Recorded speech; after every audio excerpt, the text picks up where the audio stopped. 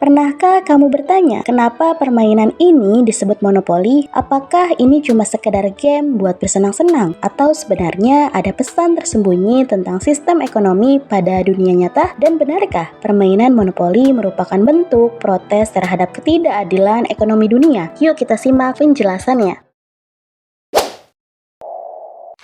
Monopoli pertama kali diciptakan pada tahun 1903 oleh seorang wanita bernama Lizzie Magie. Versi awalnya disebut The Landlord's Game dengan tujuan untuk mengkritik sistem ekonomi yang sedang berkembang saat itu, khususnya praktik monopoli tanah oleh kaum elit. Ia terinspirasi dari pemikir Henry George yang percaya bahwa kepemilikan tanah oleh segelintir orang menciptakan ketimpangan sosial. Lizzie merancangnya sebagai alat edukasi untuk menunjukkan bagaimana sistem kepemilikan tanah yang menjadi penyebab kekayaan terakumulasi di tangan segelintir orang. Permainan Lizzie menyebar lewat komunitas dan guru-guru ekonomi. Tapi kemudian seseorang bernama Charles Darrow melihat peluang. Ia menjiplak ide permainan itu, memodifikasinya sedikit dan menjualnya sebagai ciptaannya sendiri ke Parker Brothers. Ironisnya, Parker Brothers akhirnya membeli hak paten dari Lizzie seharga $500 tanpa royalti. Permainan yang awalnya dibuat untuk mengkritik sistem kapitalisme justru dikomersialkan dan dijadikan simbol kapitalisme itu sendiri. Apa pesan di balik monopoli? Monopoli bukan sekadar permainan membeli properti dan menjatuhkan lawan. Ini adalah miniatur dunia nyata. Ada bank yang mengatur uang, ada pajak yang tidak bisa dihindari, ada elemen keberuntungan, kartu kesempatan, dan dana umum, dan tentu saja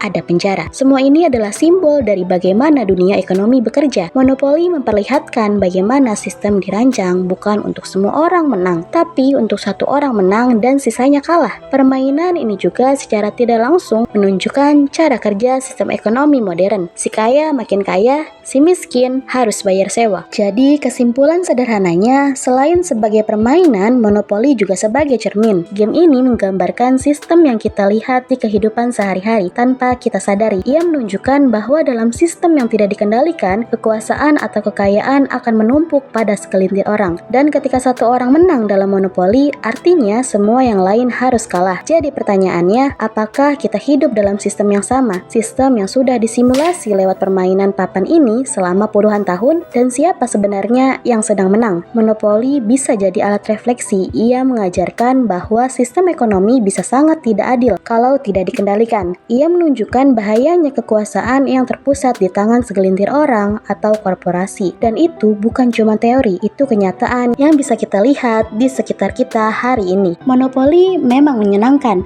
tapi di balik itu ia menyimpan pesan penting bahwa sistem ekonomi bukan hanya tentang angka, tapi tentang manusia, tentang siapa yang menang dan siapa yang tertinggal. Jadi lain kali kalau kamu main monopoli, ingat, kamu bukan cuma melempar dadu, kamu sedang memerankan ulang sejarah ekonomi dunia. Pikirkan ini, apakah kamu sedang bermain atau sedang diajarkan bagaimana dunia bekerja? Kalau kamu merasa sistem yang digambarkan dalam monopoli terasa familiar di dunia nyata, mungkin sudah waktunya kita bertanya, apakah kita hanya sedang bermain atau sedang diperankan? Apa kamu ingin tetap jadi pemain dalam sistem ini atau mulai berpikir bagaimana mengubah aturan mainnya? Tulis di kolom komentar ya. Jadi bagaimana Sobat Intahers?